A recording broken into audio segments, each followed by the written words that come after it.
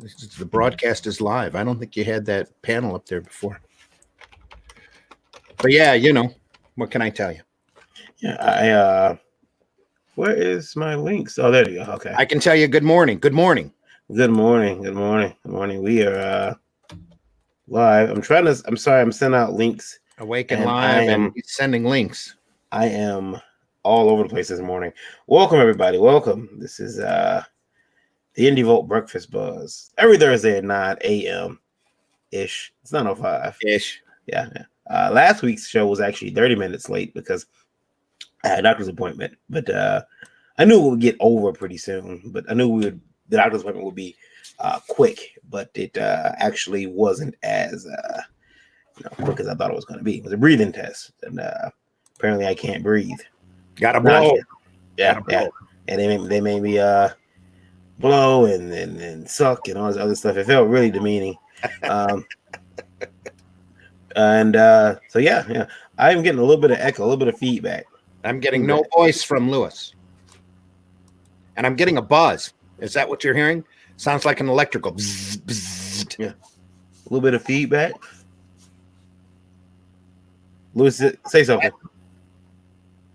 Nope, no audio, Lewis. No audio. Oh, whatever it is, there's a little whistle tone there too. Yeah, his mic might be giving him some issues. Could be a dog whistle. Yeah. I don't know. How dare you dog whistle and straw man and gaslight? There you go. Like, all in one conversation? Should just roll that beautiful opening and yeah. Are we on Indie Volt Radio?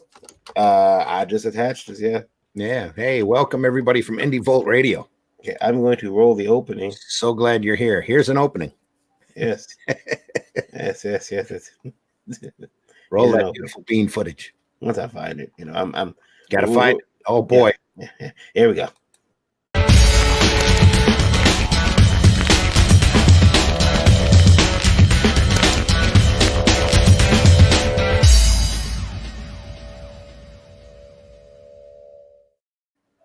Yeah, boy. All right, so we are back. I have we're officially running. Yeah, it's 9 o'clock in the morning. Our time. Wherever you're at.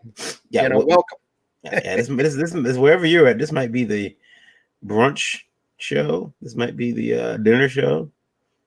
Depending on where you're at. It's definitely the point and laugh show. Yeah. These guys think they can do comics.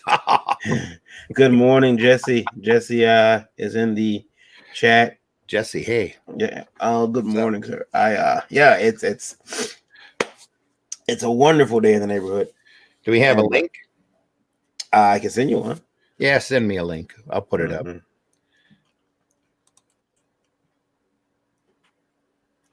What?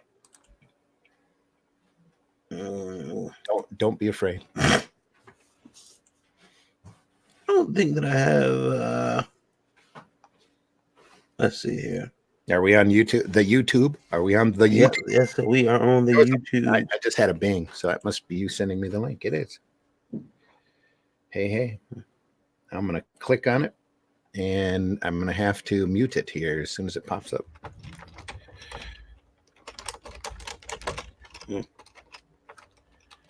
Let's see here. Hello, everybody. Jesse Bird. Jesse, what's up? We are You're awake. Lewis says his mic tested well, and then when he came in, we couldn't hear him, and now he has no mic signal. So his mic got a buzz and a feedback on it. Yeah, that's all. I was hearing the feedback. It's probably his cord, just like what you were going through. I know my cord's about ready to go out too. I had a rough time connecting it yesterday. That's how they get us. That's how they get us. Yeah. I'm kind of alarmed, and this might be for anybody linking about starting a channel. I'm kind of shocked that the Yeti does not turn. There's no power off button. No, that's where my cord is fraying. It's because I'm disconnecting it at the microphone. Okay, so you just in order to power off. Yeah. There's no power off button on. At least this one, I don't turn mine off. I mute it. Yeah. Or you can always power down your computer, but that's something I rarely do as well. So yeah, it's really it's kind of alarming. And then the Snowball, I do disconnect because the Snowball has, as far as I can tell, no mute button. So it's always up and always listening. And I don't want to do any probably always listening. Yeah. I don't want to do any I don't want to do any late night streams of me cussing out my kid. No, I'm just kidding. But yeah, it's pretty rough. Jesse says yeah, I'm usually up around this time. I'm drawing the tick and doing my morning dialysis.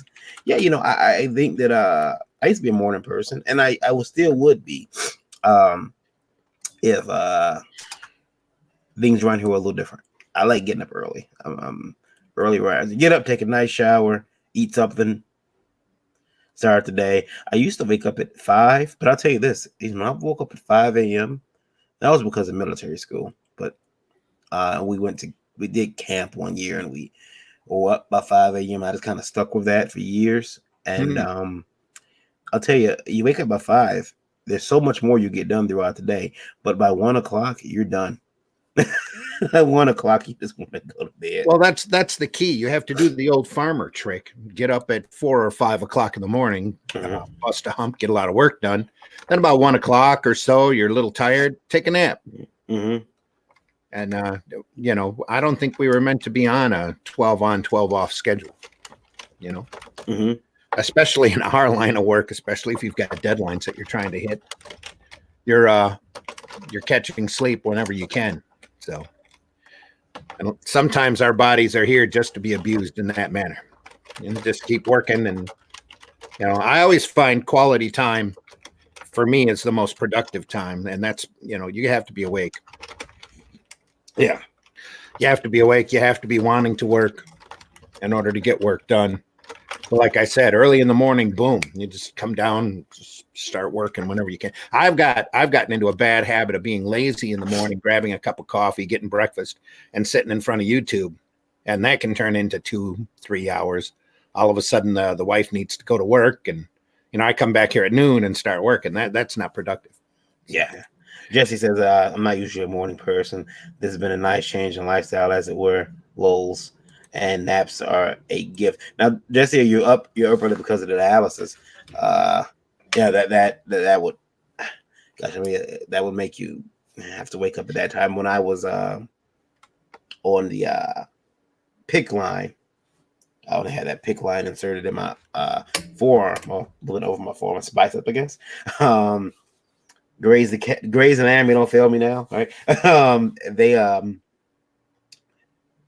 I would have to be ill. I was woken up to do it right before I went. I think it was 2 or 3 times a day, and my wife would do it. She would disconnect the little thing and have to wipe it down, and it was a pain. I didn't like doing it, but I do it for like a month and a half, and that stuff you taste funny when it went in. Yeah. No more. Oh man, come on! We're supposed to be talking about comics, not medical conditions, or I'll start talking about my first wife and her insulin dependency and how I got to stab her belly every morning. Just grab a bunch and stab it. Anyway, there's a well, let's talk about a couple of things. I intended to start the morning talking about and asking Lewis how his show. He's having a rough time with his mic. So. Yeah.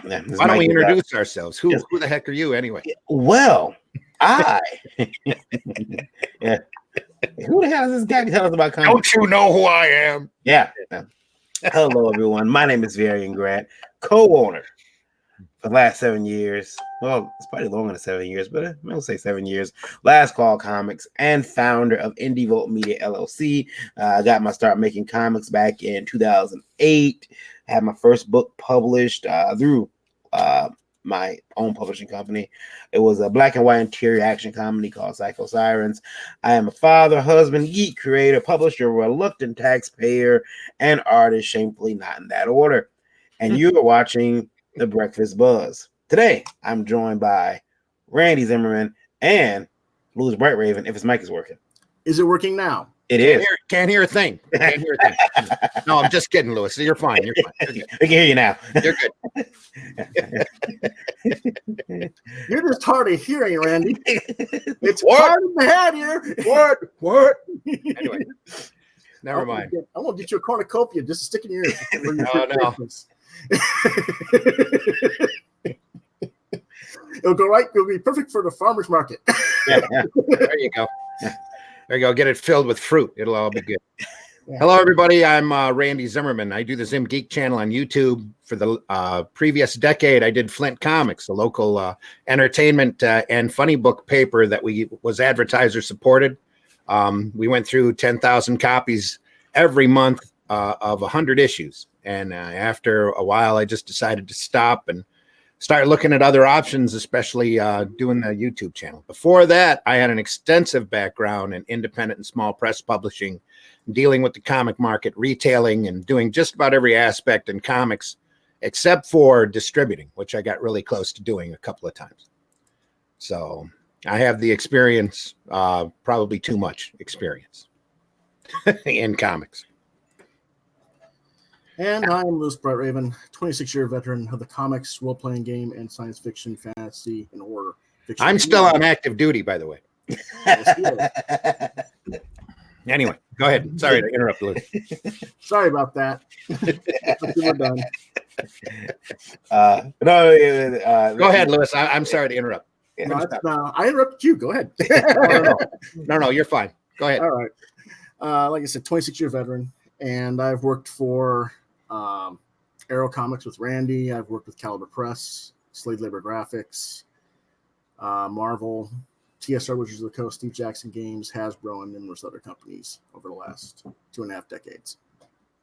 I run my own studio, Constellation Studios, and I'm trying to get ready to hopefully get some books out next year. I think that 9 o'clock is way too damn early. I'm just kidding. No.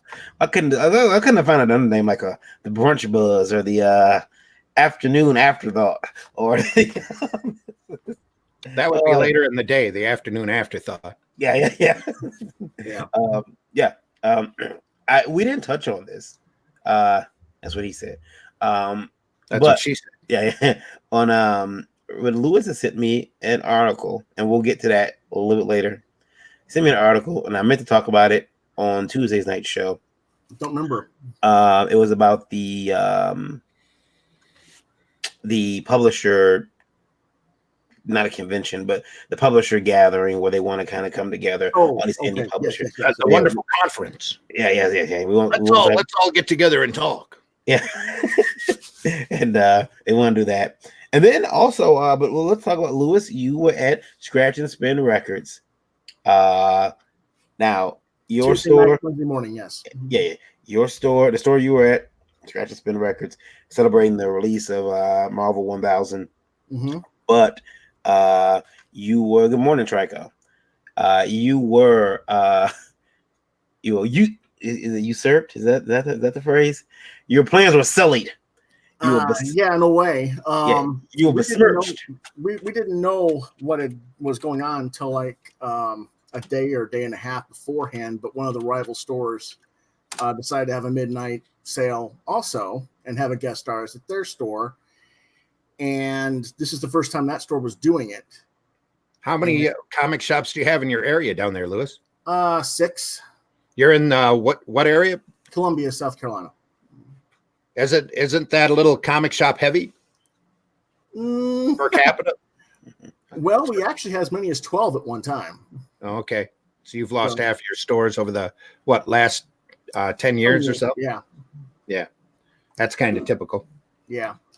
But anyway, it was kind of the store that I was doing my appearance at usually gets between 50 and 100 people for the night, and we only had 16 customers. And the other store bragged of having over 350. Who did they have over there as a guest? Vic something. I can't think of his last name. Darn it. Magnolia? No. The artist who worked for Marvel way back in the 40s. I can Wow. He's like That's it. 90 years old. What did he draw? Oh, geez. Carbata. Carbata? Vic Yes, Carbata. Vic Carbata. Vic Cabata? Yeah. What did he draw? You know? Because I I know they ran across I want to say Alan Beltman. Mm-hmm. Is that the artist that used to draw Captain America back during the late 40s, early 50s? He did Two Gun Kid. He did Strange Tales. Well, that's not 40s then.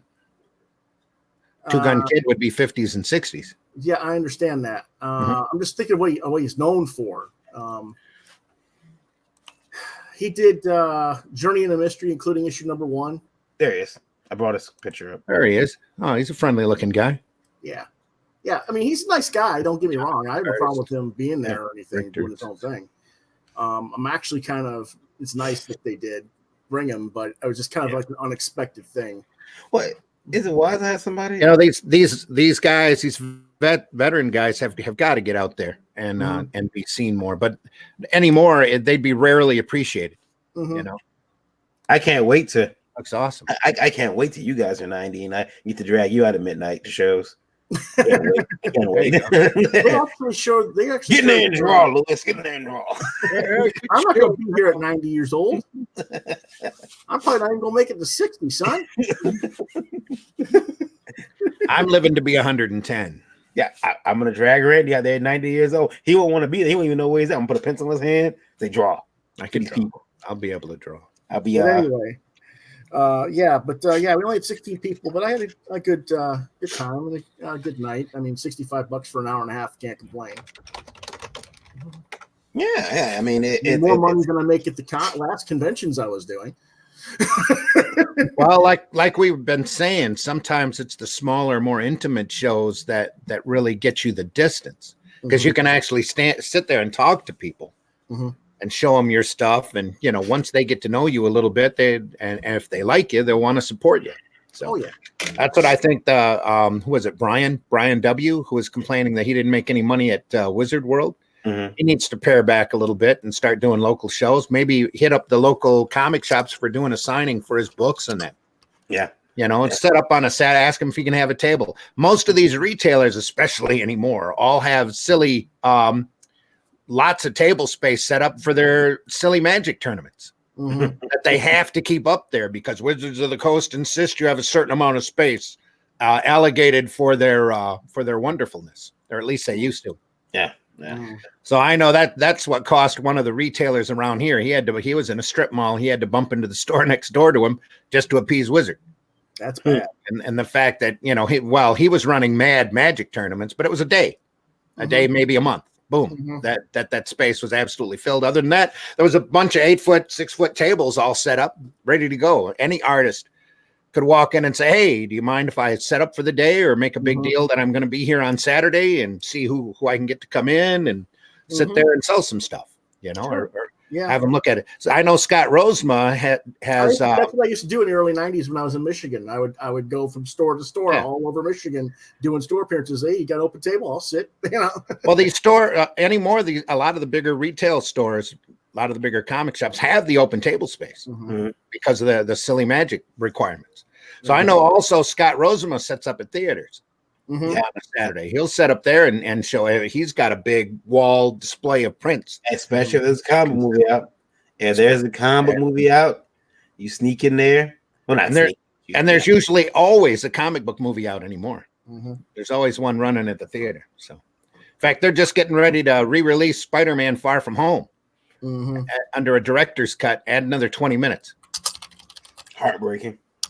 Well, they got a bunch of stuff that they filmed that they cut out. Yeah.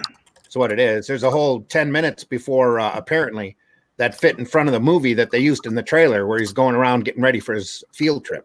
Yeah. That is funny. It just didn't fit the flow of the film, in the main theatrical release, but they figure, hey, we made a lot of money off this movie. Fans will sit through anything. So we'll just throw this extra 20 minutes in. So let's see here. It won't be as bad as the Justice League film. Do you see that? Do you see that article? Sorry to get off track, but do you see that article? It's circulating around Facebook about how the Justice League movie, once they saw the theatrical cut, the cinematographer broke into tears because it was so bad. Because it was so bad, he started crying. It was so bad. It's not funny, but it is. It's like it is not funny, but it is. Yes. Yeah, I have no idea. Yeah. Like if I run across the article again, Lewis, I'll send you the link. Oh, it's no big deal. It was a Justice League movie, so wow. Just another superhero movie to me. I don't care. Another 3 or 4 years, it's going to be very hard to sit through. Yeah. Mark Maron is in the news this morning. 3. Mark who? Mark Maron. Mark Maron. Yeah, he was in the news. And Mark, you messed up, buddy. You messed up because I was gonna let you play Stan. You understand?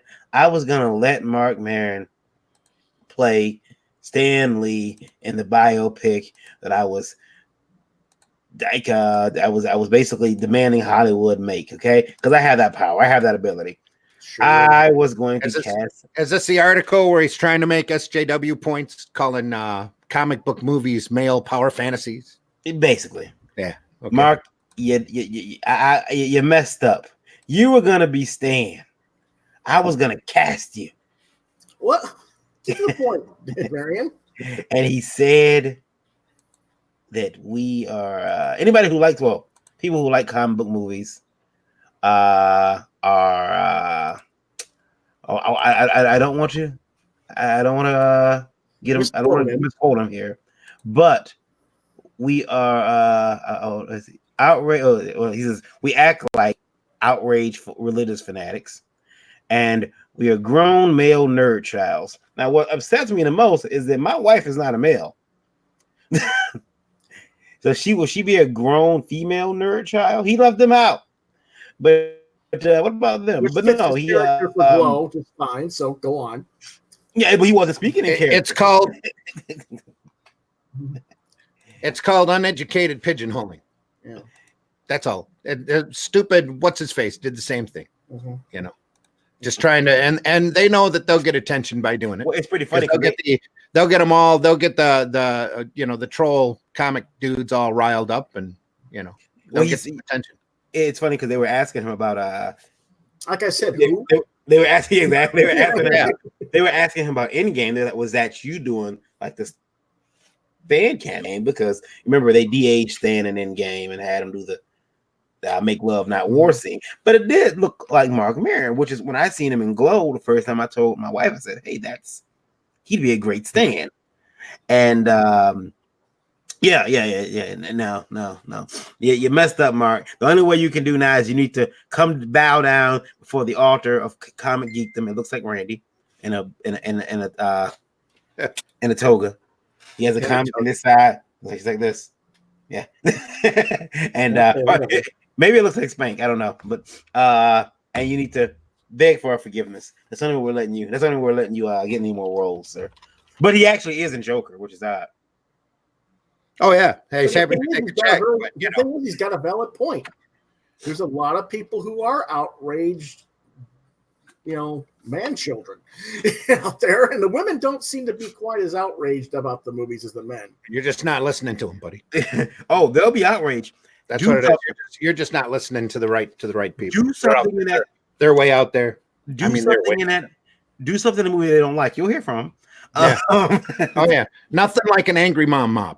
Mm-hmm. Nothing. What's an angry mom? Not necessarily. When you piss off one angry mom, when you get one mom angry, you get 6 moms angry. Then you get 12 moms angry. Then you have a mob. It's an angry mom mob. I ran into it a number of times doing Flint. A couple of times doing Flint comics. What? But that doesn't have anything to do with Comic Geek. Oh heck yes, it does. Some moms out there read comics. Not a lot of them, but enough of them. Yeah. And if those moms get a hold of older comics, and if they have a 10-year-old son, you'll hear about it. I can hear, okay. Yeah, I can hear him now. How dare you? It's just that nobody understands how the business was 10, 20 years ago, because all this whole stereotype of this nerd, which really drives me crazy, of the kid living in his or the old guy living in his basement. It's all been replaced by video games for one, but for two, that's where the lumps are. Oh, I like Minecraft. Anyway, it's just a lot of that was brought on by Diamond pushing this crap onto the retailer, the mindset onto the retailer. Oh, hey, we did a demographic study, and you know who your main audience is. Your main audience is runs from 15 to 55, mostly male, mostly white. And that's who you should cater to. And that's what Marvel and DC catered to for 2 decades. And it narrowed it down to that comic book geek dude that you see on The Simpsons that runs the comic shop. And it for that too. perpetuated the stereotype. That's all. It just perpetuated the stereotype. You kind of wonder if Abu had been running the comic shop, would it be different? If who? Oh, there are some amount, That's absolutely. what I'm saying. But would have been different if Groening had put Abu in charge of the comic shop instead of the comic book guy? Yeah. Well, it would have been more diverse, but it wouldn't been. Cartoons always lean back on the easy stereotype. I'm pretty sure for the most part. Store too. Who? What? I'm pretty sure Abu has a spinner rack in his store. Oh, I bet he doesn't anymore. Yeah. Didn't the Quickie Mart close one episode? Huh? Didn't the Quickie Mart close one episode? I wouldn't know. I never watched. I'm sure it did, but I don't pay much attention to it. You never watched The Simpsons? Not interested in it. It's an American institution. You just don't like Groening. That's all. You're right. I pretty much don't like Groening's cartoons. Futurama either. Now his comic strip, Far Side, I think it was called. Life in Hell. Life in Hell. Okay. Yeah. Far Side was Gary Larson, wasn't it? Yeah. Yeah. Okay. Yeah. Life in Hell was okay, but I can't stand Futurama. I have a real rough time and I get annoyed whenever I find it when I'm looking for something else. But I just stopped looking. I got enough on the DVR now that I don't have to channel surf. What? Especially when it's on Sci-Fi almost every stinking day. Every stinking hour of every stinking day. He has a new one on Netflix, I think, Enchantment, yeah. It's a fantasy strip. Like it's his fantasy thing, just like his the other one's his science fiction thing. What can you do? Yeah. Ignore it. That's what you can do. I wonder if now last week again this week coming up. Last week we didn't really have we gave away a comic. We gave away that was this week. We gave away only number 1. Dave the Supreme actually won it. So this week we'll be giving away. We're not going to let Dave compete. He's won. That's right, Dave. Yeah, he won something. That's how we do it around here. We started getting a much bigger audience per month, Dave. So what we're going to do is we're going to be giving away the Tap Dance Killer. Let's see. Hold on, real quick. Dave says, "If a poo wasn't working there, someone always working there." Yeah. But yeah, we're going to give away the Tap Dance Killer book, and it is going to be. I think we're going to go with both issues because it gave me 2 issues. It's actually a Palma, and it's when the Tap Dance Killer, their new character, premieres, the first appearance of that character. So, and now she's got her own book because I think he's. I'll post an interview I did with him. I posted it up to Indie Vote, the YouTube today. But I think he said people were sharing thousands of images of the character on the social media. So they figured, you know what, we need to spin this character off into her own book, and they have. So yeah, we'll be giving away that. I believe they are signed as well, so that's an extra perk. Yeah. Now, oh, sorry, I thought someone was behind me. There's not. I think it might have my tail falling. Distracted by some tail. Yeah. Oh no, that's never happened before. No, never to me. I gotta fix this hat. When I stroke the tail, it gets kind of my hands feel oily. I know what that's about. Stroking my tail. There I am. All right. So, guys, I have a question for you. I did not do graphics this week. That's how bad we are. I didn't do graphics. Well, you were sick.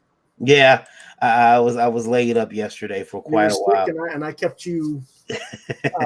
Well, I did talk to you. Entertained for a while there. I talked to you after the show. But I do. Okay, so here's some questions. All right, so fellas, I have a question for you. Wow. Okay. Well,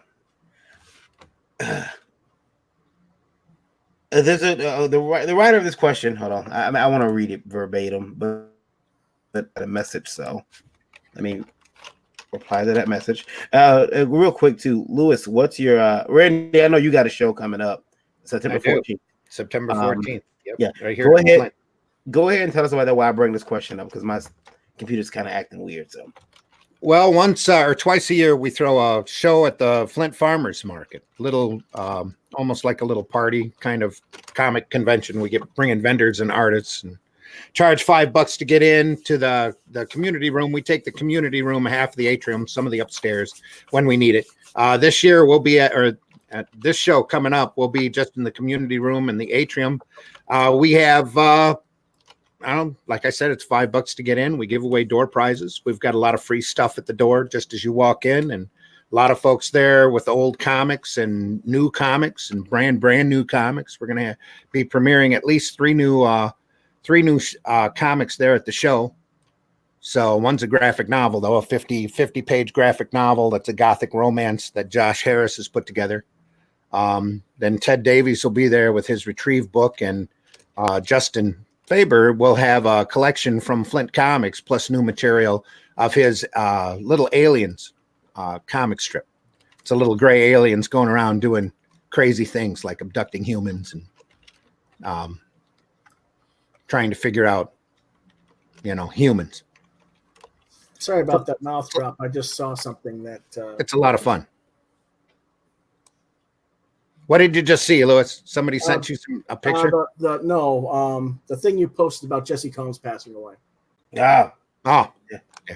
And that kind of shocked me a little bit because I first off, I didn't know she was a race car driver offhand. She had a land speed record. Yeah. She was trying to blow it out of the water. And that's a shame. Yep. I mean, it only takes one little slip and when you're going that fast. Yep. I think she was aiming for 350 or something like that. 394. Jeez. Land speed record. Yeah. I had no idea, but that's sad. Okay. It is. Okay. I don't mean to change the subject, guys. I did hear about Jesse. That was heartbreaking yesterday. But the question is more than 90. Is it more than 90 words? So, but I don't have a graphic for it. But I'm going to read it to you, and it is from Eric C. Okay. And he says, Eric Cartman. It says Eric C. Says, okay. but it's spelled like ERICK, so it's that extra Eric. Okay. Says, my ex-girlfriend is now dating another artist creator. They're at a small show in Texas. That Tim Lee really gets around. Go ahead. Sorry. Oh my god! There's that bridge. There's that bridge. We all live in Texas. Shouldn't I be able to get her banned?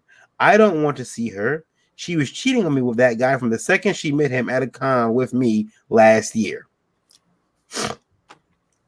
That's not really a question, Eric. But I guess you're asking for advice. Advice of the Love Lord. This is the second relationship question we've taken in a row. Yeah. We just because we give out such great advice. Yeah. Who's going first? I'll go first. Rock, paper, scissors. Oh, you want to rock paper? Get that wheel out. Spin that wheel. No. You guys are going. Go ahead. Get that wheel first. You go ahead and go first. You want to do it, Lewis? I'm sure you're going to say the same thing I am. Go ahead. No. You go. You're Eric, my friend, if you're listening, well, I've got a little more relationship. Well, maybe not, because I've been married for almost 30 some years to a wonderful woman who reads comics. Mm-hmm. But Eric, you're just going to have to get past it, buddy. That's the way it works. It's the way of the heart. Personal problems are not the convention person's problem. It's not the conventioneer's or the organizer's problem. This is a personal problem that you're just going to have to handle on your own. Or actually, there's no handling to be done. You're just going to have to get over it. So you're going to see her at a show. You're going to see her around. The best thing, if you don't want to see her, is find other conventions to do that this guy isn't at. And remember that living better than what you had before is the best revenge. And your best thing to do is to ignore, get through your dedicate all of that anger and heartache into your artwork, and just become a shit-kicking artist that attracts all of the babes and make her jealous as shit. So that's my best recommendation to you, Eric. I want you to listen to your. Is that 2 thumbs up from Lewis? Is that total agreement? Yeah, that'll work. Total agreement, my friend. Eric, I want you to listen to your cousin variant. I wouldn't lead you wrong. I wouldn't lead you wrong. He's looking to see if his wife's listening. Yeah. Like I said, I'll I wouldn't lead you wrong. No. I offer a counter opinion. Now, according to your letter here, Eric, you stated that she met him at a con while with you last year, and that's when their relationship started. That's when they were cheating in the next room, making plans to be with him soon. That's what they were doing. She cheated on you, Eric, with another artist. Now, here's the thing. Here's good news. Have you heard the good news? The good news is she'll be doing this to him very soon. Very soon. She's gonna be around. Yeah, you have an excellent point, my friend. Yep. She's gonna be with another guy soon. She's what we call a social climber. The minute she finds an artist a little bit better than him, a little bit more well known than him, she's gonna latch on to him. Well, come on, social climbers, putting it nicely. Yeah. She climbed on something, all right. Anyway, so, but if bed hopper, what? Yeah. My mother had a word for them, but I can't remember it right now. That's all right. You don't want to say it this early in the morning anyway. Yeah, it's too early for that type of language. At least hear it. Yeah. But if you must have your revenge, and I know you're in Texas, I'd make sure that I find when he pulls up in his car, I look left, I look right. I'd sneak over to his motor vehicle. I'd make sure there's no cameras around. And I'd give Discount Tire Company some business. I wouldn't be giving out illegal advice like that on the air, my friend. No. Living good is always your best revenge. And as the Klingons say, revenge is a dish best served cold. Listen. If you want to serve a dish served cold, instead of slashing tires or doing something like that, put ice cube, take bags of ice and put them inside the vehicle, let them melt. It's Texas. Yeah. That feels like a prank though. I need revenge, but no. I honestly, Eric, it may feel like a prank, but I guarantee you that water damage will be a heck of a lot more than no tires. But in all seriousness, Eric, you got to deal with this because you're going to come. If he's a serious artist, don't do it. Listen to Randy. Yeah, don't listen to us. Listen to Randy. But in all seriousness, like Randy said, you got to learn to deal with this because you're going to see them at other shows together. You're probably going to see her a lot longer than him because trust me, she did it to you. She's going to do it to him. Yep. And you're going to see her at another show. Dave Supreme says, damn, hope he doesn't get a table next to them. That would be awkward.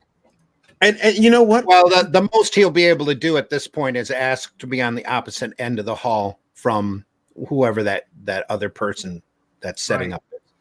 And that's the promoter can usually accommodate. And you know what? Eric?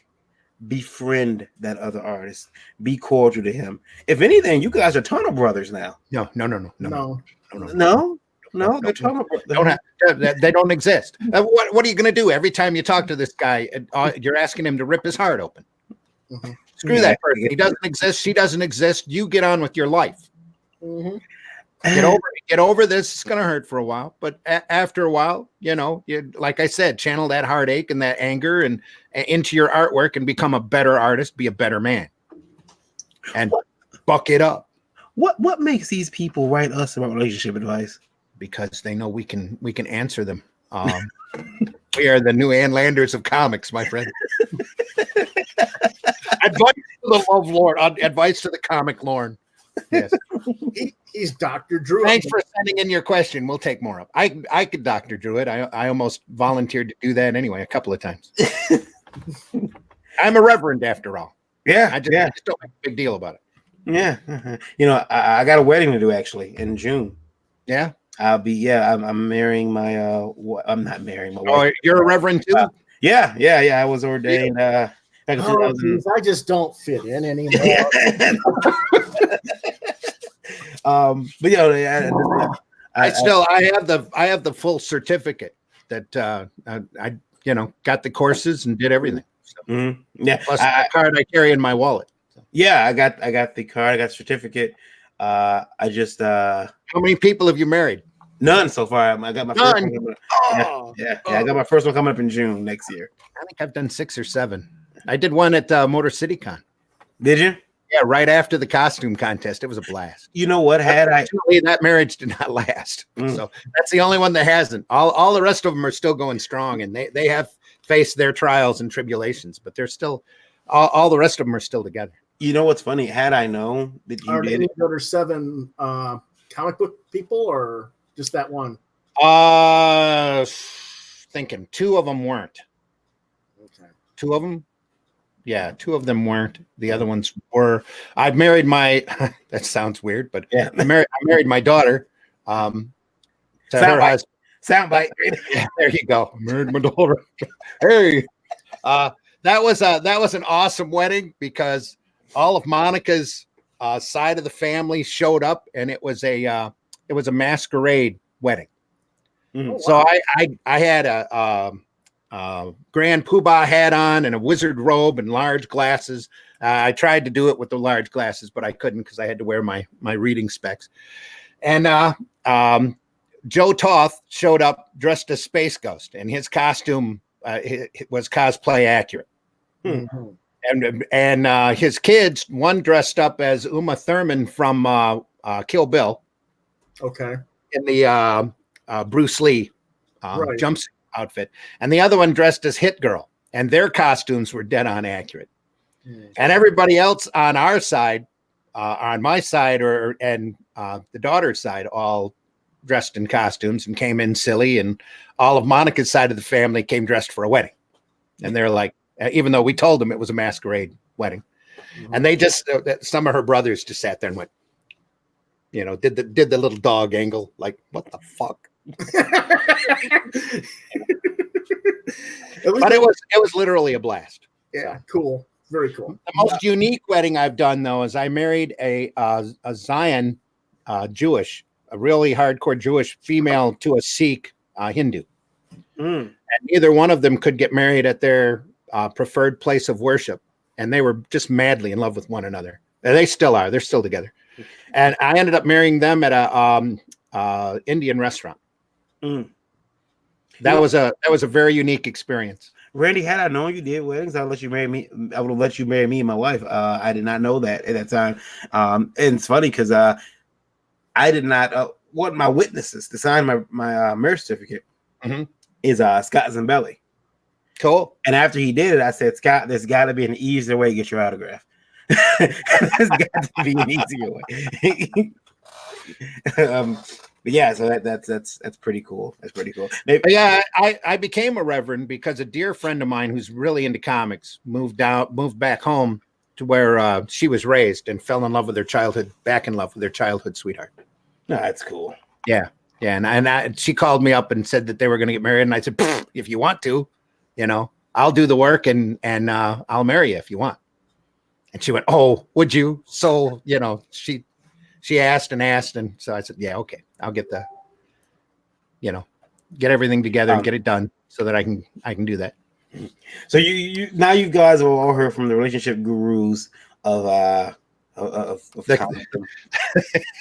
The comic love gurus. There we are. Yeah. That's a new podcast right there, but Right there, right in all your relationships. advice from the comic love lorn. Yeah. That was You know, we could probably do a really good series on that, considering and again, you know, how the comic market has been the last 20, 30 years.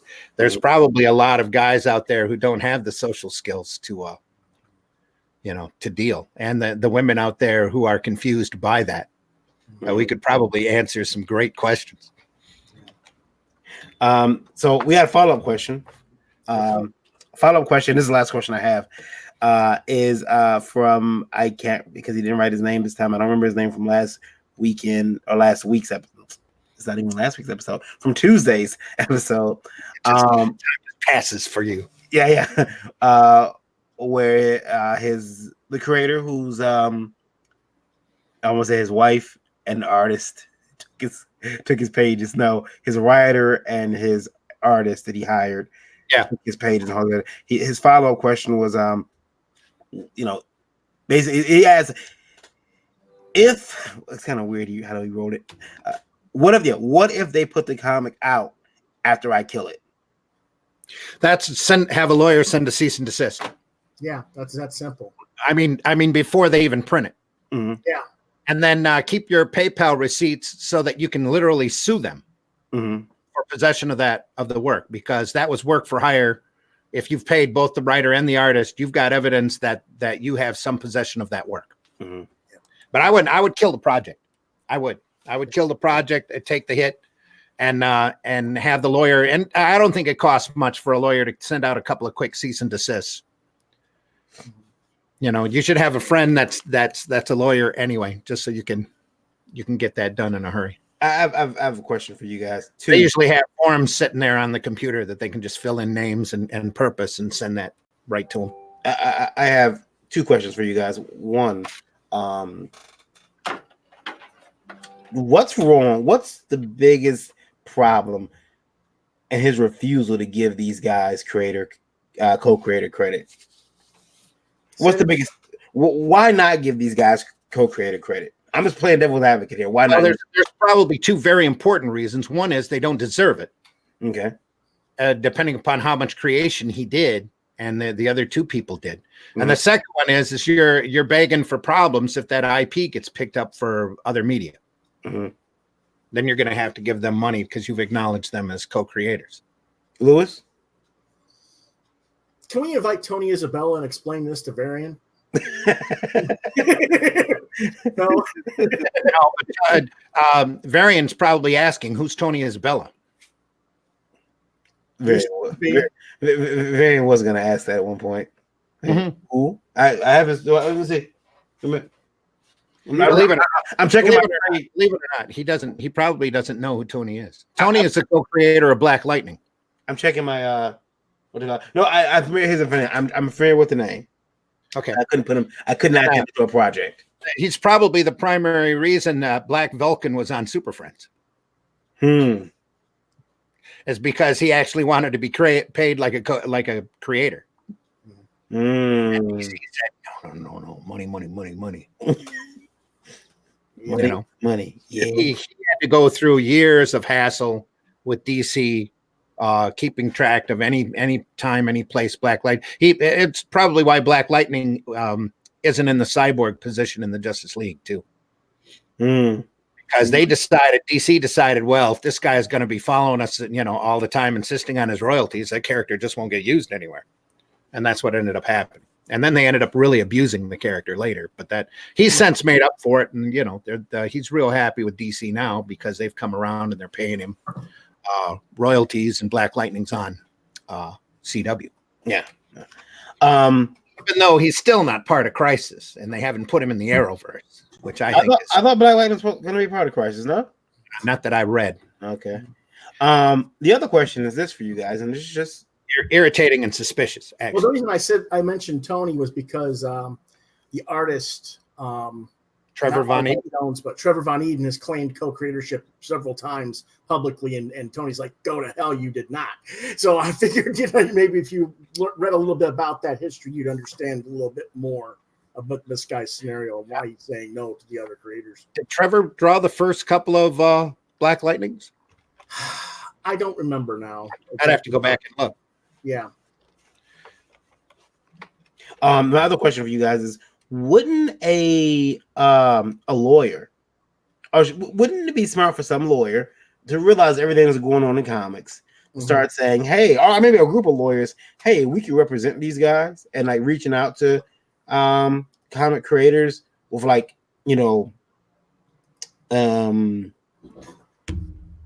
there's one running around that has represented Siegel and Schuster and Joe Simon. Yeah. In the past, yeah, that's trying to get these, trying to get these guys proper royalties. But I think because of a lot of his work, I think Marvel and DC have stepped up their royalty program to these guys because they're starting to realize these guys don't need a lot. I mean, and what they've done has literally made livings for lots of people and billions of dollars for these corporations. So they can pay them something, for everything that comes out. And now it's gotten to the point where it's gotten pretty redundant. Whenever it's gotten to things now, whenever there's a place or a locale or something that pops up, somebody gets a creator royalty for it. In fact, I know Ethan paid for his house, down payment on his house, because they used Iron Heights Prison in the Justice League movie. He got a check literally out of the blue. That was very high five figure, almost six. Well, just because they put that, for a few minutes in the Justice League movie. Yeah. Yeah. So guys, I was in my email, and I guess Eric is listening live. I mean, he might be listening on Indie Vault Radio, but he wrote in again. Eric, we feel for you, buddy. You want him? Okay, let me bring it up. If she starts going around, we'll clean it up. If she starts going around the con, meeting people, I should say. Yeah. Do you think I can get her banned? No. You can't declare war on a person. No. You can report her if you can prove that she's behaving badly, but still. No. Even then, the promoter's not going to care. Well, he might. Well, no, she'd have to be going around dressed provocatively or upsetting behaving badly. Proven behaving badly. Shy of her giving, at the show. Okay, I don't think there's much they can do. Short of her doing it at the show, she's got to do it at the show. You can't. Let me finish this question. I'm sorry, because you can't get her banned, bro. Not until she does something at the show. It have to be egregious enough to get her banned. But he continues. She met me at a con 2 years ago, the day she broke up with her ex. Her dad is an exhibitor who sells Golden Age comics. Well, there you go. But she only does big shows. You're not gonna be able to get her out the show. I mean, you can't. You can't. I understand you may have loved her. I understand you may have cared deeply for her, but you can't get her banned because she's done nothing to the show. And I'm sorry to break this to you, Eric, but obviously she's showing a pattern. Yeah. And I think you should be glad that you got out when you did. Mm-hmm. Yeah, you'll see that after the heartache gets over. You'll be happy that she's gone, and eventually you'll go through all the stages of grief, and pretty soon, sooner than you realize, you won't think anything of her. Yeah. I mean, I don't think, Eric, that you need to be. I mean, in fact, this whole thing has got to be hurting you. It's a relatively recent thing that's happened. Yeah. It's a fresh wound, but you just gotta focus. Ignore them, get on the other side of the room from them, and be the better man and the better artist. That's my everything else just leads to jail. Yeah, I bet you aren't, Eric. Let's take up too much of your time. I bet you aren't drawing. I bet you aren't creating. You're too worried about this show. I don't know how close it is. It could be this weekend, for all I know.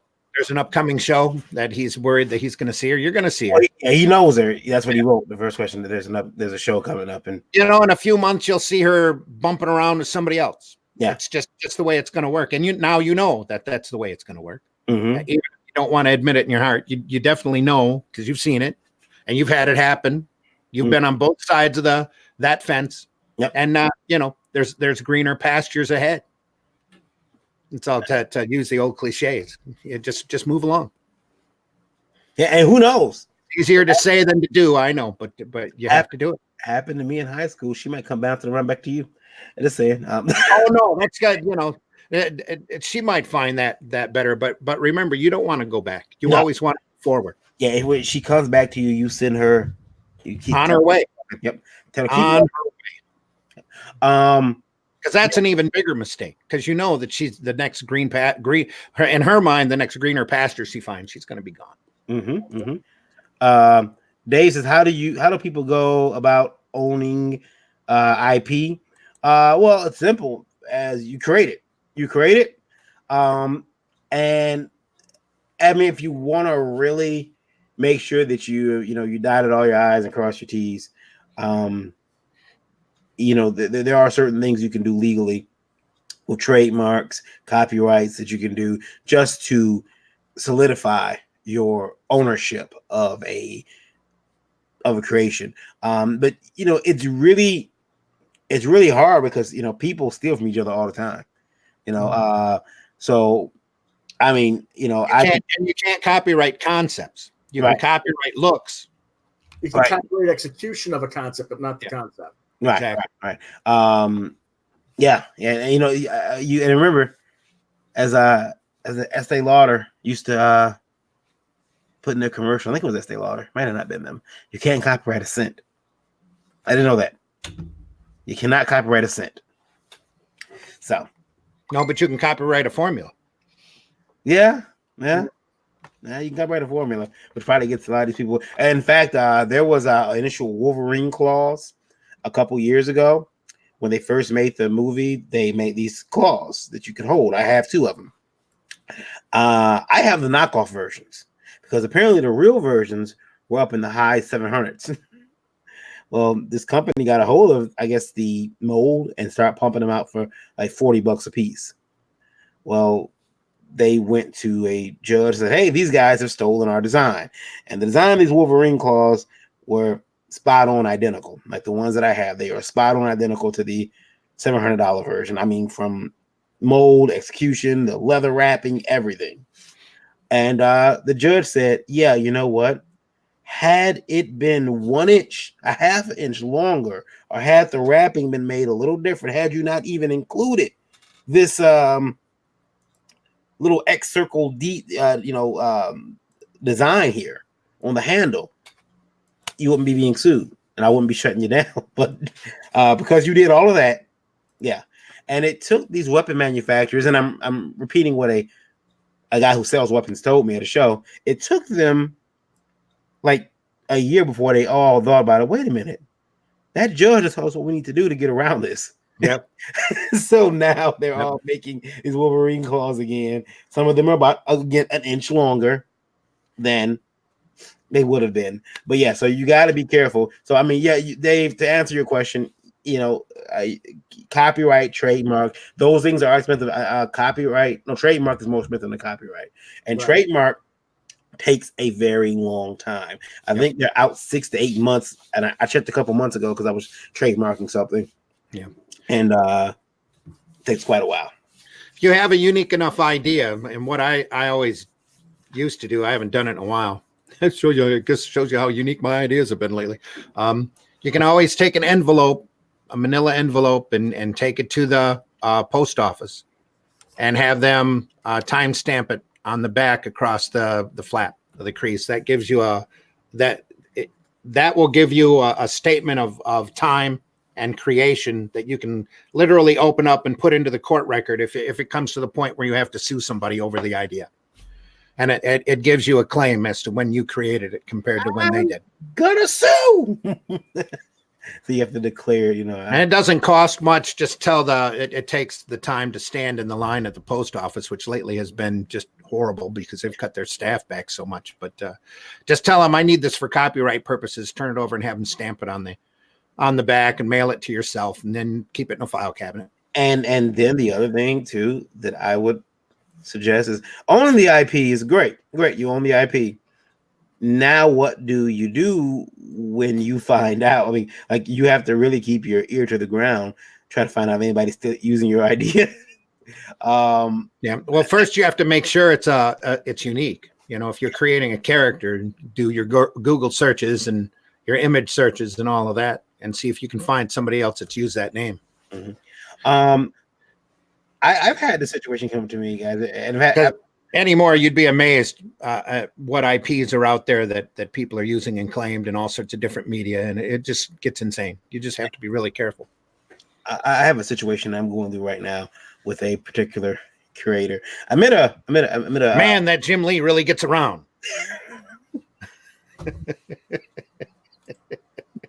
Go ahead. And this particular creator, he messaged me, he says, "Hey, I have an original story." And I think I may have mentioned this to Lewis before off air. And he says, "I have an original story. I want to publish it with you." And I said, "Okay." He says, "I don't have it with me, but I can email it to you when I get home." And sure. So he tells me to check my Twitter, and it's there on my Twitter. He told me on Twitter to check my email. I checked my email, and I remember opening the email up and saying, "What is this?" Because the name of the story is X-Men. He has a subtitle. And I'm like, I'm reading this, and it's all X-Men characters. It's set in the Marvel Universe. And I'm like, you sent me an X-Men script by accident. And he says, "Oh no, that's the book. That's the story I want to publish." I'm like, I'm not Marvel. I can't publish this. Well, it's an original story though. And I'm like, okay, but you're using Marvel's characters. You can't do that. And this guy is like, "No, I'm pretty sure I can. It's my original story." Give it about 15 years, you'll be able to use the term X-Men. Yeah, right. as soon as they drop their trademark on it. Now they're trying to trademark mutant. Good luck. Yeah. Anyway, I've been talking to that guy and trying to get him to understand he can't do this story, and it's been going on for like 2 weeks. Like, you can't do this story. Like, change the name. I see Louis shaking your head. What advice could I give him? What advice could you guys give me to deal with him? Go away. No, just kidding. The guy's got to know how things work. That's all. He just doesn't know. He doesn't want to accept the realities of life. That's it is. Yeah. Can't do an X-Men story. Nobody can do an X-Men story anymore. Sorry, can't be done. I'm not gonna print this. It's copyright infringement. Mm-hmm. That's the way it works. Sorry. We promise. Or you can take that great germ of an idea of a story and change the characters around and do it yourself. Yeah. I mean, I've suggested that to him, and he's like, "That's how Watchmen got born." He's like, "No, I really want to do a X-Men story." We talked. I promised about this. I promised I would. Here we go. So ICV2 is reporting that Jay Bardilla, I hope I'm saying his name correctly, of Drawing the Comics proposes a new conference. Run a conference for publishers. Dun, dun, dun. First, we have to agree on what we have for lunch. That'll take 3 days. I want the Greek salad. I'm going to need the Greek salad. I want subs. Sorry. It's not. So we just can't get along. No. While this is a very cool and needed program, ICV2 says, maybe someone should run a conference of publishers to learn about the industry. Wait. This was done by a guy who's a program director of Drawn to Comics, right? Yeah. He doesn't even own a company, doesn't own a publishing brand. Well, he's a former co-owner of Happy Harbor Comics. I don't know. Did that print books? I don't know. I can find out. Let me see here. Let's go find out. Who's that type? Is that Lewis? Yes. Okay, you're so quick. No, look, it was a Happy Harbor Comics is a store. Drawing the Comics is what I think it is. This guy's never done a book, and he's trying to tell the other people how to do it. Yeah, that's good. Well, Happy Harbor Comics is a store in Edmonton. Okay. Is a store in Edmonton. He's even in a foreign country. Yeah. I'm sorry. I probably shouldn't be picking apart the guy as much as the message, right? Yeah. So, all right. They're going to talk about the panels will include starting a publishing company, the need to include a marketing budget, market trends, how to read cycles and plan ahead, ethics and morals, Morals, not morals. Morals. It is moral. Morals too. Morals too. Yeah. You're right, yeah.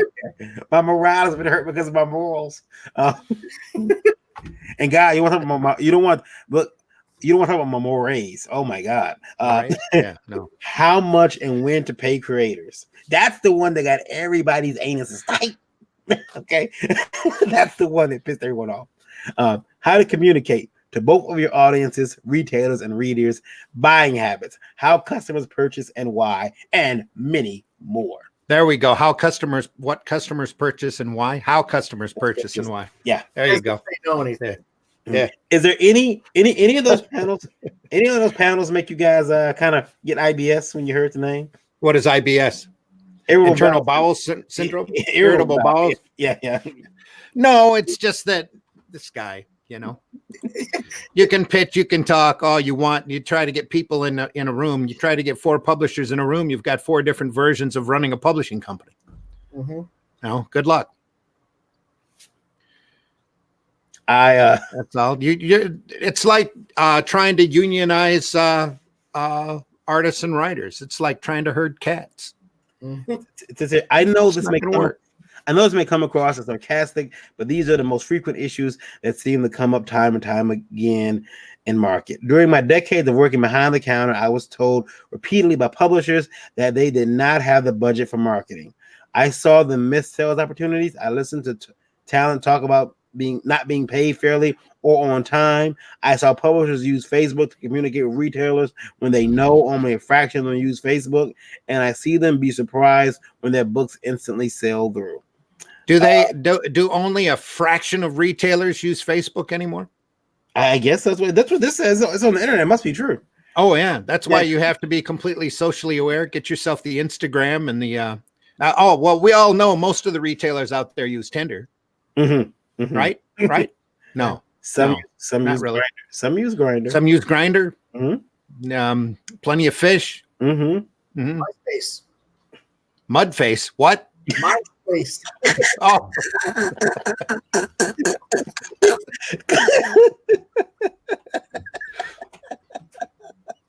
MySpace. Okay. I know Brian Hibbs has done an excellent job of critiquing the industry over the years, as have other retailers and insiders. Hopefully, things will begin to improve because with stronger publishers, the openings for creators into the industry will increase dramatically. Okay. Whatever. Stronger publishers. Yeah. Maybe someday. Yeah. Okay. That Mudface got me. Mudface. Somebody out there's look mudface.com. Reserve. The ultimate dating site. Mudface.com. It's for scat enthusiasts. I know it. It's when you want to have a 2-bag night.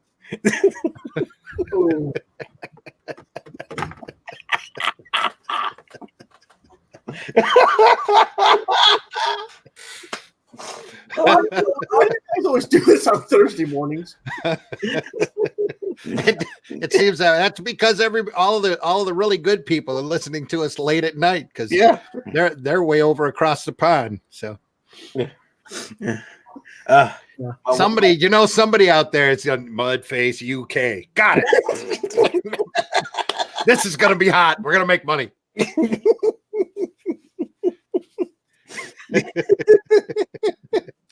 I reserve that as a supervillain, though. I reserve that name as a supervillain. I am Mudface. It's just like Taserface. Yeah. Anyway, face. But yeah, the guy's got a lot of hopes and dreams. You know, I can tell you that just doing one thing, running a store or having a website, gives you a single perspective, and you don't get that overall look at how the entire market goes, or a realistic feel, or an understanding of what's really out there. This guy needs to publish a few books, and this guy needs to deal with Diamond for a little while to see real life and see how the real life in the direct market works. I think that again, like you just mentioned, there's that one-sided perspective that he has, which is being the former owner of a store. Yeah. You don't understand how things work on the side, which is why when we had Mark Hodges from Grand Rapids Comic Con come in and he kind of broke down to us, well, here's how the Comic Cons work. Yeah. Now knowing that, because there's this idea. But it is cool to have people sit down and talk to each other about what they do.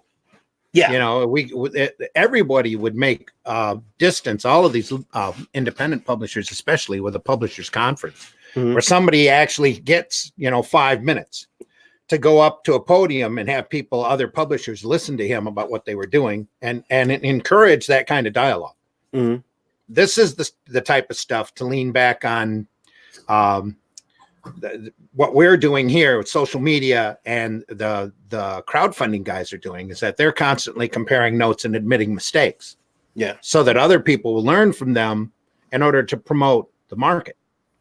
One of the cool things about Samedi wanting to do distribution is going out there and getting some of these crowdfunding books and offering them to retailers at a discount.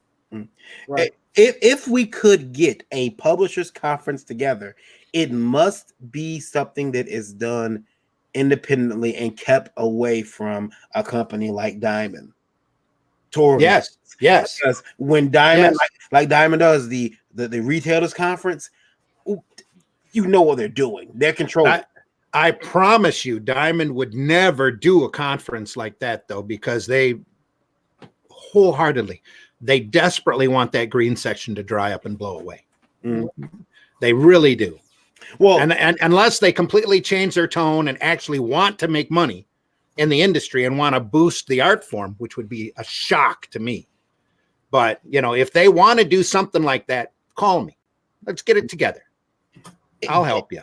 If we'll go out there and put out an open call to publishers, we'll all meet at a central location like, I don't know, Memphis. Right? That's where their headquarters are.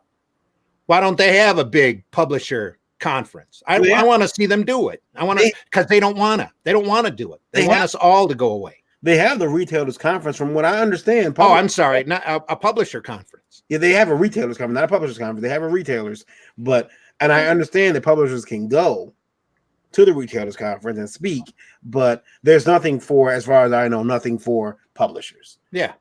Let's see them do it. Let's see them do it. I dare them. I'll go.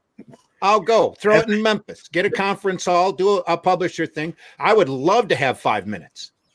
I'm putting that on there. They don't want to hear the majority of us addressing Diamond, especially the alternative publishers, for 5 minutes, because I don't think they'd be able to take the first or second speaker.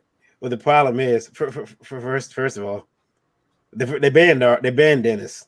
Dennis can't go. Yeah, because Dennis has a free mind and a definite opinion, because he has the experience of retailing for so many years. Randy, I'm gonna put that on Indie Vault. Randy Zimmerman dares Diamond. You can do that, dude. You can do that. Okay, absolutely. Right. And then I would dare them to do a publishing conference. When you take the stage, I need you to bring me along. We take the stage, though. I'm making sure I bring me a bag of popcorn, and the first thing you'll hear is this. Yeah. And then you hear. Let's get all the publishers in the green section together and talk. Okay. And do 5-minute discussions for anybody that wants to raise a point. Absolutely, but the first thing, that if Diamond's running it, what the publishers conference is going to be. It's going to be the big boys doing that. Yeah, probably. Yeah, no exclusives allowed. Just everybody, all of the guys in the green section. Let's all get together and discuss this. Because I would love to have Samedi stand up there for a half an hour or 15 minutes and talk about the problems that he has gotten from Diamond. And the hassles of having to publish and try to get into a retail market that can't wrap their head around his product. No clapping, though. No clapping. Yeah, because that would be, because that would take, when somebody like that, there'd be at least 5 or 6 interruptions or a lot of hell yeahs in the audience. Hell yeah. This and this happened to me. Me too. I had to pay this much for an ad. Me too. The Me Too movement takes a whole new twist to that show. Comics Me Too. Yeah.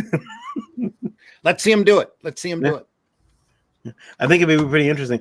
And they should. So yeah, I'm gonna put down Indie Vote. Let's go. You know, if they want the industry to grow, this is the way to do it. Is to give these guys an ear and start legitimately looking at the products that a lot of these publishers are kicking out that they're just not allowing to go through the previews book.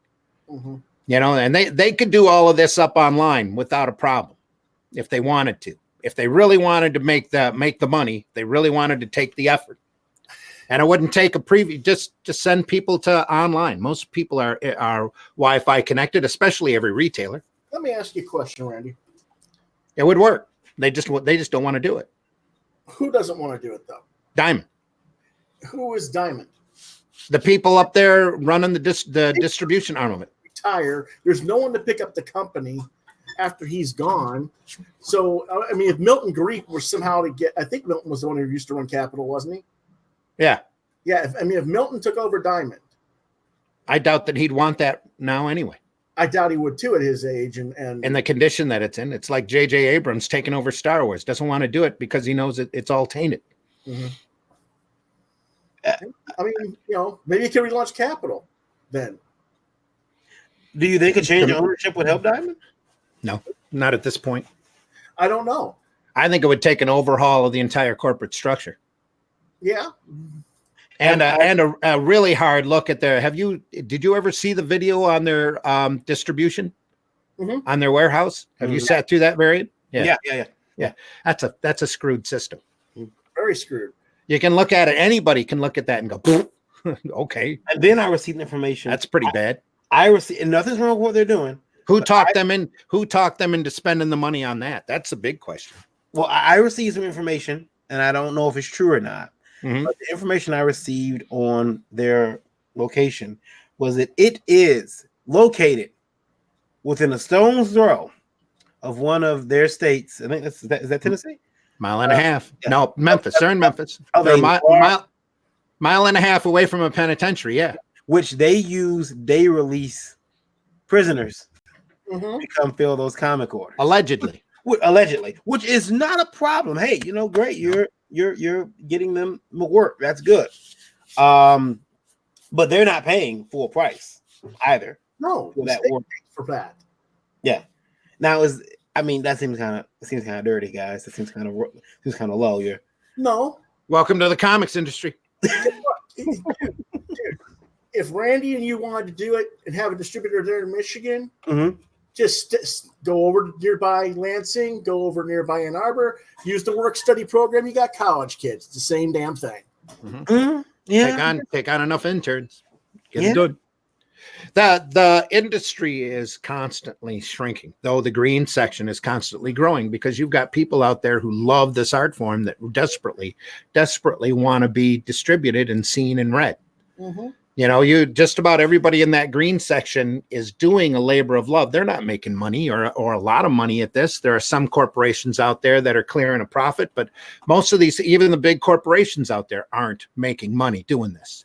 They're hoping for the next movie IP. Just look at IDW's quarterly statements. You know, that's all you have to do to realize how bad the industry is out there. And if Diamond wanted it to grow, they would be encouraging as much diversity, as much inclusiveness as they could possibly get their hands on. It's that simple. And a lot of these crowdfunding guys would jump under a company in a heartbeat, especially once they get one or two books under their belt and they see how difficult it is to actually print, publish, distribute, send a book. Yeah. Diamond, like Lewis said, who is it? Jeppy's getting close to retirement. The company, even though they've tried to update the state of the art, is decaying and has been decaying for the last 30 years. Have either of you guys ever met Jeppy? With the smaller numbers? No, I haven't met him personally. No, I haven't met him either. I've listened to him speak once or twice, but I've never listened. I know Shanus. James, I've talked no, I think I've met him a couple of times, the number 2 guy. I don't even know if he's still up there anymore. He might be gone. At Diamond. At Diamond. Yeah, he might be gone. But it's been a while. Hey, I've been printing Flint comics for 10 years. I haven't even looked at the distribution stuff other than as an outsider. Okay. For about the last decade, the videos and that, and talked to retailers. I have talked to people who wanted to start comic shops that I've told them, hey, you better really look at Diamond before you decide to do anything. If you want to get new comics, you have to go through their hoops. When someone comes up to you, Randy, and they say, hey, I want to open a comic shop. You know what you really do?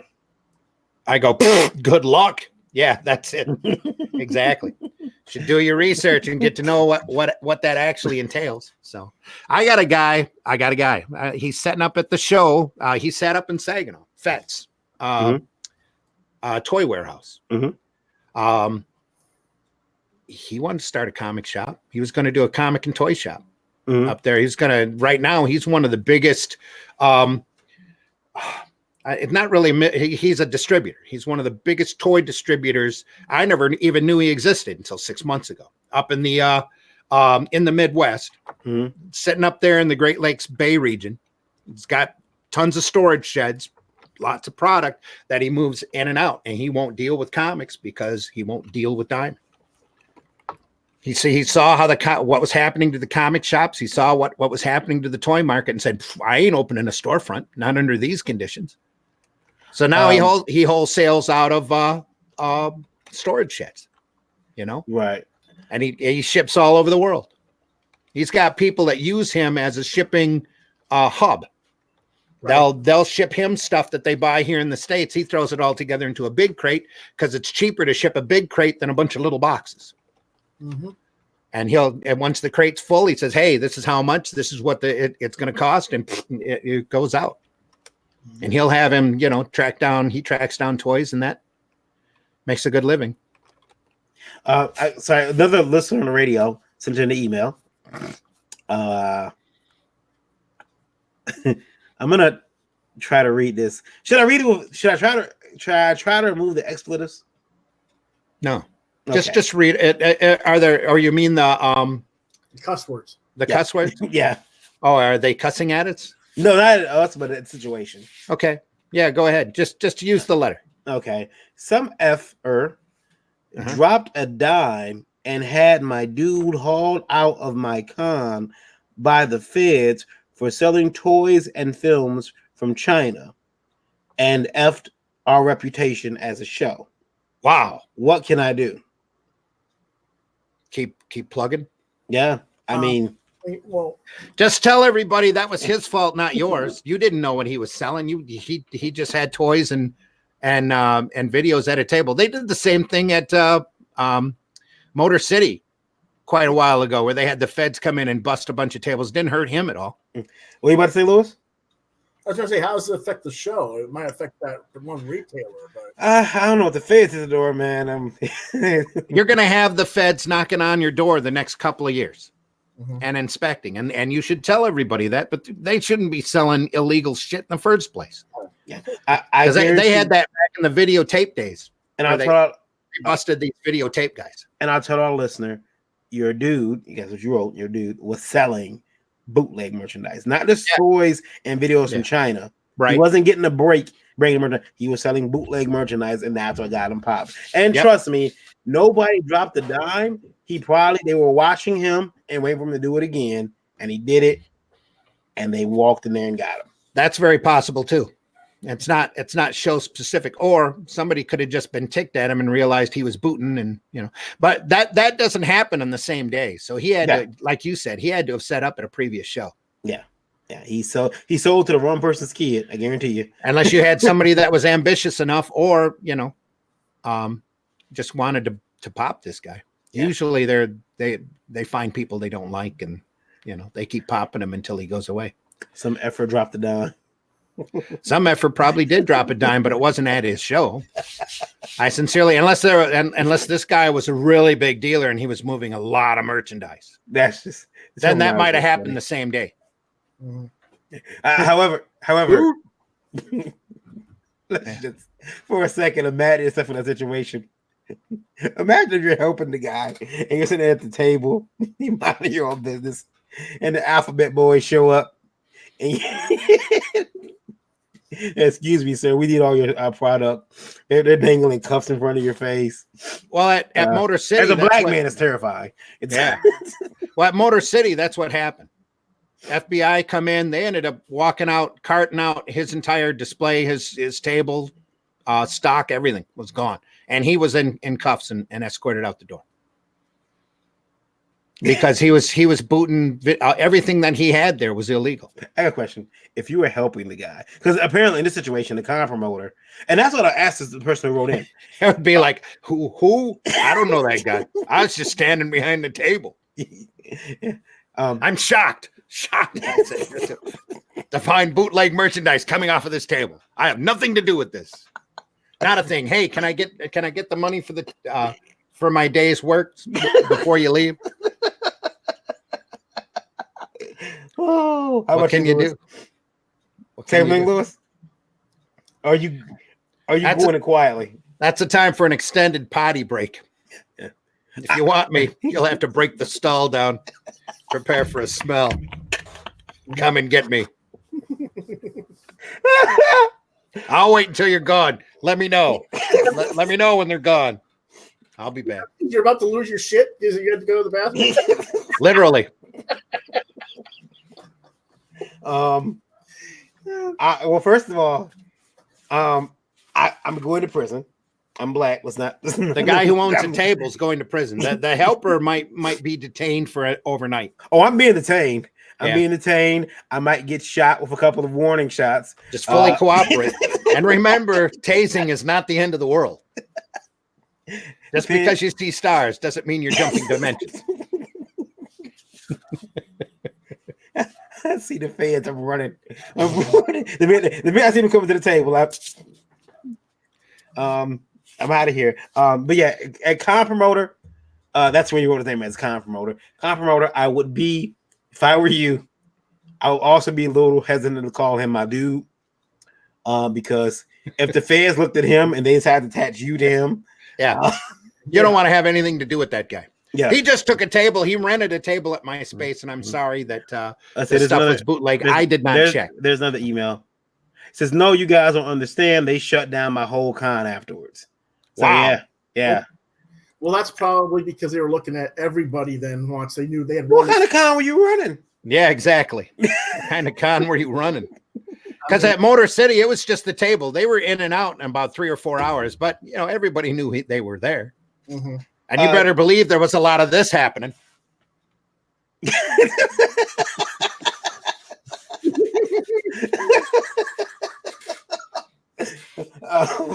Con promoter, if you want, write us like in detail exactly what happened. We'll be happy to even have you on the show at some point. Yeah, we'd love to have you on to talk about the problem. I can't believe they shut your entire con down unless they found more than one vendor that was doing it. Yeah, they have to find several. So if they were like, hey, there's whoa, wait a minute, shut this whole thing down. Because after about 3, they'll do that. And then you might have a rough time, reopening and getting stuff back. I would suggest maybe calling your convention something else and starting over. Yeah. And maybe in the future, double checking for bootleg vendors. Yeah. Shut them down when they come in with their tables. You hit them with you got to hit them with this one. Yeah, exactly. Whoa. And just know that they're going to be. Yeah, and I'm sorry if you think we're making light of your situation. It's really not your situation we're making light of. So no. Please don't try to take this personal or whatever. We really feel for your problems. Yeah, because if they shut your show down, I mean, I'm pretty sure you had angry attendees. And vendors. Not only that, I'm sure you took a bite in your wallet too. Yeah, definitely. A lot of people probably wanted their money back, and then the vendors who were clean wanted their money back. It probably turned into quite a cluster. Yeah. So write us, give us like the full details, and you're welcome to come on the show and talk to us about it. We would love to have you on the show to talk to us about it. Yeah. In fact, I'll make sure that Hod is his attendance on that one. I'll ask him to make sure that if he can. Mark might even know the guy. I don't know. Yeah. There's a lot of people. I gotta do advertising now, guys. Let's see here. I don't know what any of my graphics are. Wow. Yeah. Some tech person I am, right?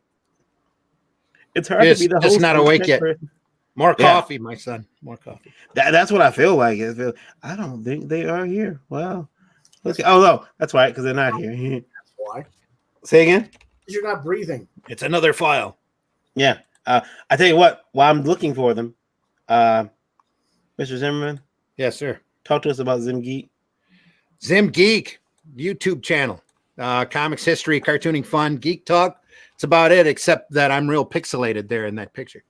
So oh crap, I used the wrong one. I'm off that page. I'm not actually looking at the page right now. That's all right. You just found it and thought you'd throw it up there. You need to pull that off and put even if you're Zim Geek channel on YouTube. Please subscribe. I need all the subscribers I can get my hands on. We're not I only got like 108 subscribers right now, but I've been trying to put more videos up. I've got a video coming that I'm putting together as soon as I'm done with two more little things, and then we'll be back up and running on the YouTube channel with new content, more content. There's lots of stuff to talk about and lots of things to do. So Zim Geek channel on the YouTube.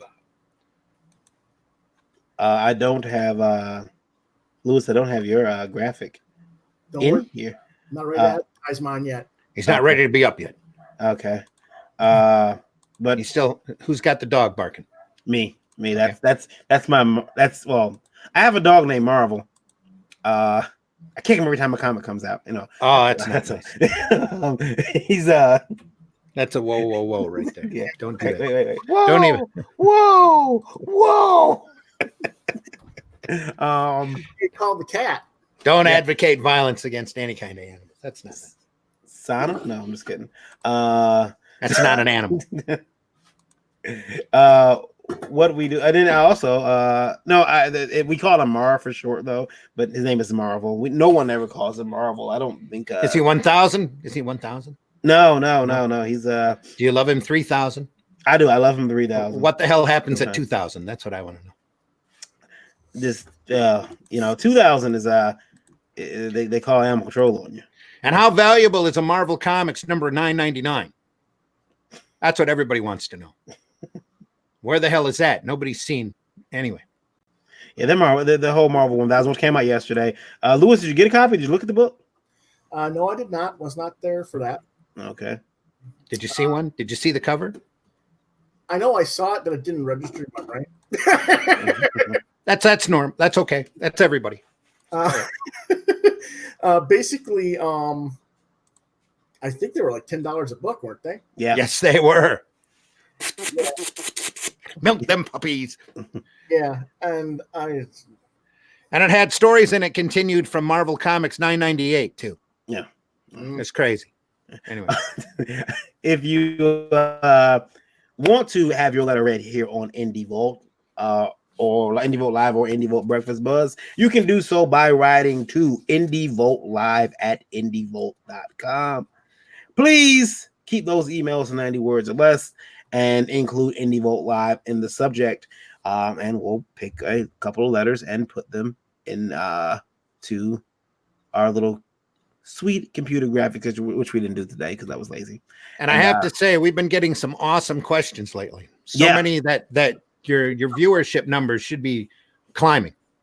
So please tell your friends that are in the business. We're always looking for more listeners, more people, more input. Paul Schultz says, I was at Motor City the day after the bus. There wasn't a DVD to be found anywhere after that.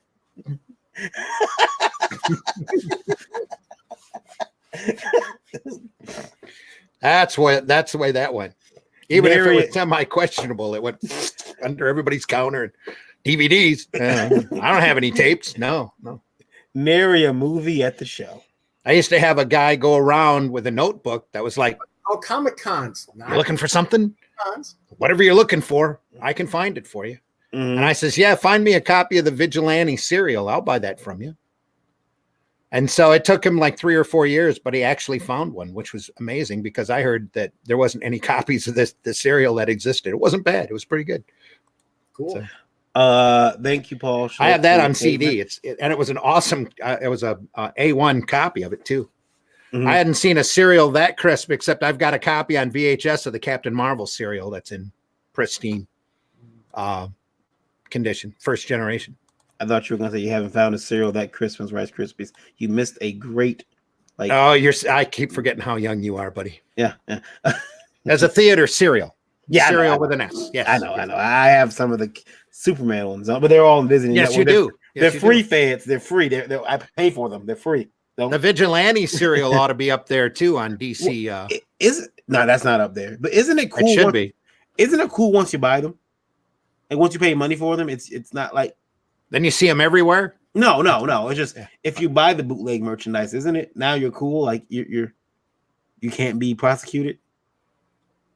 I don't think. Well, I think that's kind of true. It's just that they're not going to chase after somebody who's got one or two tapes. Okay. They want the guy that's selling the stuff. Because I've got a few boot things, but it's all on VHS. Nobody buys hardly anything boot on CD that I'm aware of. Yeah, I've had a couple people burn some stuff for me that I wanted to look at. I've got the Fantastic Four movie on DVD. The Fan Four Stick movie or the Corman Fantastic the Corman one. Yeah, it's on the Fan Four Stick movie is worse than the Corman movie. Yeah. Ladies and gentlemen, now you can take Randy, me, and Lewis with you wherever you go. Introducing Indie Vote Radio. They want to cart us around. That's right. Introducing Indie Vote Radio, the perfect companion to our official website, indievote.com. Indie Vote Radio plays the best of indie music, entertainment news, and more 24 hours a day, 7 days a week. And you don't have to see our faces. That's right. That's right. In order to enjoy our program. Let's face it, we all have a face for radio. Yeah. Yeah, Lewis wears a towel all the time anyway. So all the time. You can hear music from talent like Chemical, Park Squares and Alleys, and Dims One. Download the Indie Vote Radio app today on Android, Google Play Store, or listen in with the Streamer app on iOS. You can also check out Indie Vote Radio by listening on our official site, indievote.com. There's a built-in player right there on the front page. Yeah. So, Indie Vote Radio, definitely should download it. You all should download it. It's great. And while you're doing that, because, just in case, the video did kill the radio star. That's the rumor, right? Mm-hmm. From the 80s. Yeah.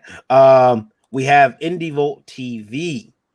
It's an over-the-top streaming service available on Roku and coming very soon to Amazon Fire Stick and more. Stream independent movies, music videos, wrestling, original documentaries, and more on Indie Vote TV. And did I mention to you that it is absolutely 100% free? Find Indie Vote TV by searching the channel store on your Roku device or Roku-enabled television. Viking Yoda says he wants a YouTube channel. Yeah, you got to get him one. He might have to have one. He might have.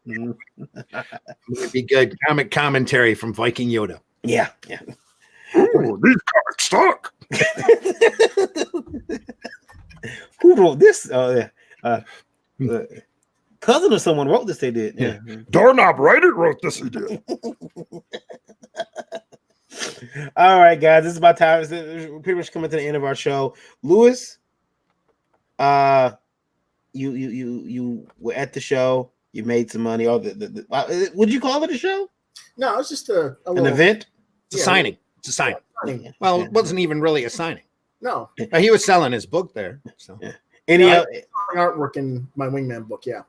Any other sales? Any other shows coming up for you? Not at the moment. Okay. All right. You keep it up to date. Working hard on trying to get that Quote the Raven podcast ready for launch on September 12th. Okay, September 12th we'll make sure that we keep an eye out for that. I personally will make sure that I troll you on it. And then Randy, full preparation. Flint Fall Comic Fest comes up on September 14th, and then after that, I'll be at the Grand Rapids Con. Yep. If you need a table for that Flint Fall Comics Fest, yes, get a hold of me. RandyJZim@gmail.com. That's Zim with 2 M's. Tables are affordable. The show's a good show. Tables are very affordable, and I do have a few left available. So okay, cool. All right, guys, thank you. Mark Hodges just told me he would be represented at the show as well. Excellent. In September, so yeah, it'll be good. So in Sim Geek, hopefully next couple of days, I've got a video coming up about some superheroes that I've done. So cool. All right, guys. I will see you later. We'll see everyone here Tuesday at 9 p.m. Of same bat time, same bat channel. Of course, we'll also have the Breakfast Buzz next week at 9 a.m. Unless there's like dramatic breaking news, we'll have to congregate back here. Advice from the comic Lauren. Yes. That's the introduction of the. Maybe we should have Viking Yoda do that. Yeah. We'll put screwed you are. I'll put the flowers up like that again. There we go. Yeah. Keep that rose petals handy. Yeah. Oh, there we go. Now you need one breaking. Yeah. with little comics flying out like birds. Spin it around and then have someone going bang, bang. You need one breaking with little comics flapping out. Yeah, we can always put there we go. That too. Poink. All right, guys. Thanks for being with me. Marv around. Say again? Quit kicking Marv around. Yeah. All right. I'll see you guys. What?